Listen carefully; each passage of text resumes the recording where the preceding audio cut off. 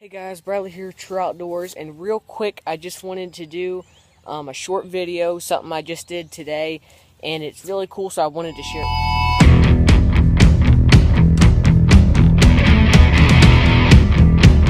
So, this call,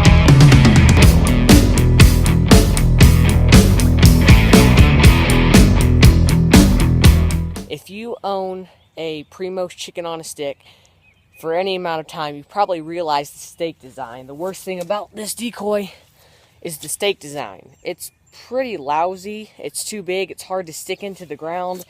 And the gun holder and GoPro mount are more of an afterthought. The stake just wasn't really well designed and it kind of stinks.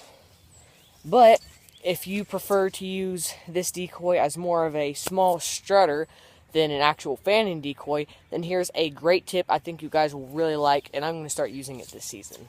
So on my decoy, you see the decoy also stands up too high. Just looks kind of weird with that giant bulky stake. So what I did is I took an old carbon arrow, and if you're a bow hunter, you probably have a ton of junky arrows laying around. All you have to do is take your carbon arrow and cut it in half. Cut it at a slight angle so there's a point so it can stick into the ground easily. And I also, on the chicken on a stick where you put the stake into the decoy, I cut it just a tiny bit to widen it up just so I could fit the old arrow in there. Just shove the arrow up against the second half of the stake. And it's already super tight and secure that way, but I also put a little piece of duct tape around it so that it would just be really snug and just it would hold it really well. And then that's it. With this mod for the chicken on a stick, you can stick it at any height. You can make it higher or lower to the ground. You don't have to worry about that big bulky stake. You don't have to worry about losing a stake because you can either tape it or pull it out. Either way works totally fine either way.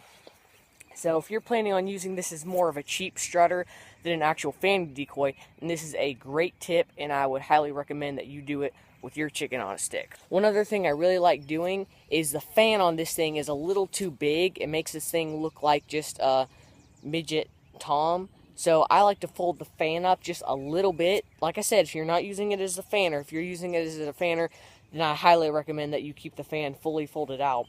Otherwise, I say you just shrink it in a little bit to give it a smaller, just make it look a little bit smaller from a distance, more Jake-like. And when you're all said and done, this thing is just asking to be beat up by big toms. So there you go. Hope you guys enjoyed this quick tip, and comment below on what you think of it. So thanks for watching. God bless.